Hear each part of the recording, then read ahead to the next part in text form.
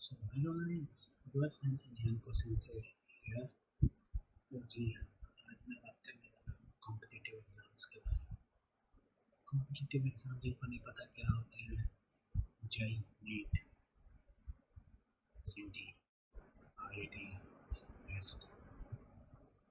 तो मुझे भी एक साल हो गया, मैंने 12th एक साल पहले पास आउट किया। मैं 2025 ट्वेल्थ पास टू। एक साल मैंने नीट का ड्रॉप किया था जिसमें मैं नहीं पढ़ा। 12th में भी मैं ढंग से नहीं पढ़ा, मैंने बहुत ट्राई करा। 11th वैसे चली गई थी, उसका तो पता ही नहीं चला, वो भी मैंने नहीं पढ़ी।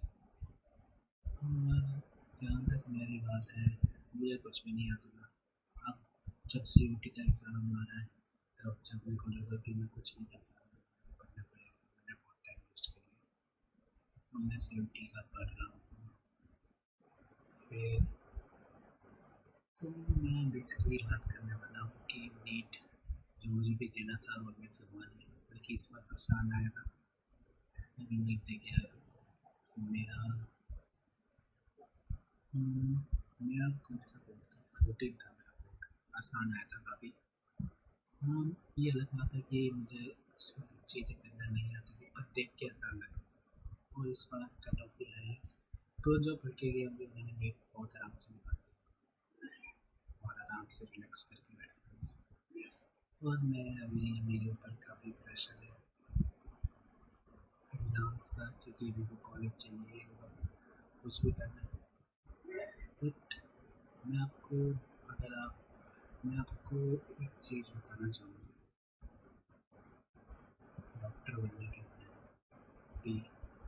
कोई बंदे नीट करते हैं, ठीक है, दूसरा ड्रॉप, चौथा ड्रॉप, पाँचवा ड्रॉप, काफ़ी ड्रॉप्स लेते हैं, तब भी उनका क्लियर नहीं होता है। मुझे समझ नहीं आता क्यों नहीं हो पाता, क्योंकि वो रिजल्ट की ज़्यादा टेंशन करते हैं, जो कि मैं भी करता हूँ। और मैंने अभी 2-3 दिन पहले ही छोड़ चुका हूँ। मैं अब सिर्फ पढ़ाई में ध्यान देता हूँ। रिजल्ट जो भी आएगा उसमें क्या ही होगा। और मैं ये बोलना चाहता हूँ कि अगर आपको चाहिए नीट, आपको इंजीनियर या डॉक्टर बनना है, तो नीट एक सहारा नहीं है, जेईई एक सहारा नहीं है कि आप इसी से बन सकते हैं। नारुतो में जब अगर आपने नारुतो सीरीज देखी होगी, इसमें जब नारुतो छोटा होता है और उनके कौन से एग्ज़ाम, जुनिन एग्ज़ाम होते हैं, शायद जुनिन एग्ज़ाम होते हैं, इसमें नारुतो फेल कर जाता है और फिर वो उसके टीचर बोलते हैं कि तुम आगे कोई बन नहीं पाएगा। लेकिन वो बंदा तब भी वही उठ के कहता है, ये एग्ज़ाम मुझे आप आगे बढ़ने से नहीं रोक पाएंगे, नहीं रोक सकते। तो वैसे माइंडसेट आपको चाहिए। अगर आपसे मैं मानता हूँ, अगर आपने 2 ड्रॉप दे चुके हैं, आप अगर जिन्होंने जितने भी दिए और आपका नहीं होता है, तो इस साल आप कॉलेज में एडमिशन लीजिए, अच्छे से पढ़िए। जो आपका सब्जेक्ट आपको पसंद था उसे पढ़िए ढंग से, पढ़िए, कुछ रिसर्च वगैरह भी करिए, ज़रूरी नहीं। और फिर क्या करना है आपको, फिर पैसा इकट्ठा करिए, मनी इकट्ठा करिए, ताकि आप अलग तरीके से डॉक्टर बन सकें। मैं आपको सिर्फ ये बताना चाहता हूँ कि अगर आपसे नीट नहीं होता है, तो पहले नीट को छोड़ के 2 साल आपने दे दिए, उसको टाटा बाय करो, फिर मनी अर्निंग पे ध्यान दो।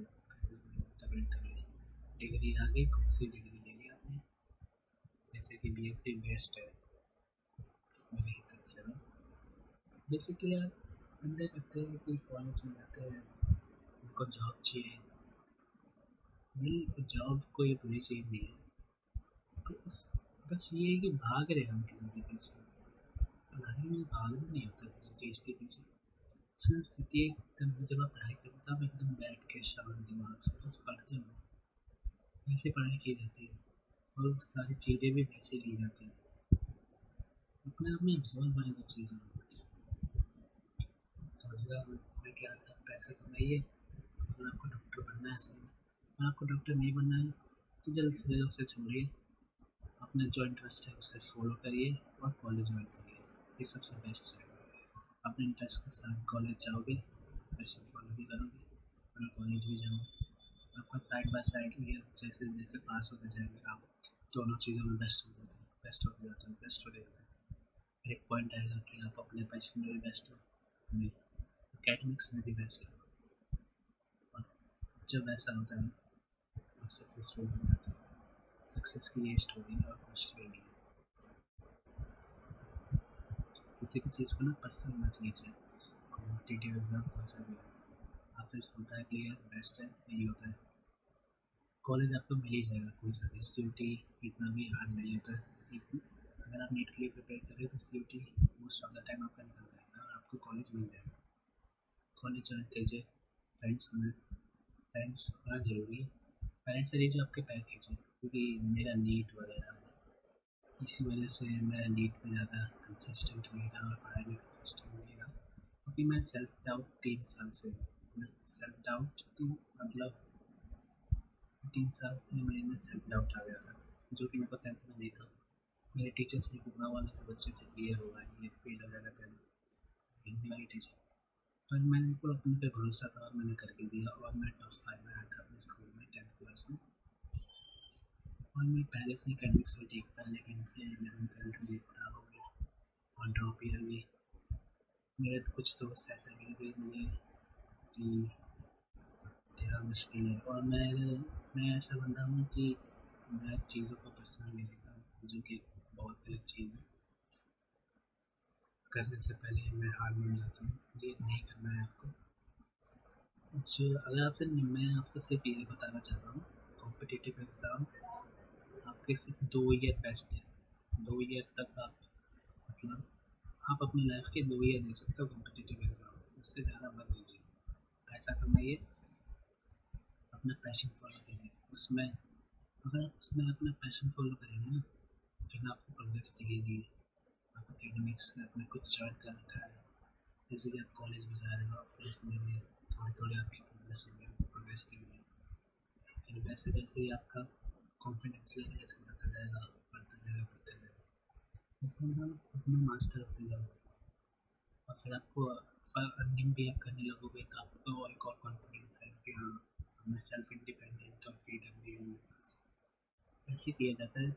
लाइफ को ज़्यादा सीरियस लेके एकदम स्ट्रेटेजी वाइज और प्रोग्रेस करते रहनी चाहिए लाइफ में, ये सबसे बढ़िया। Thank you.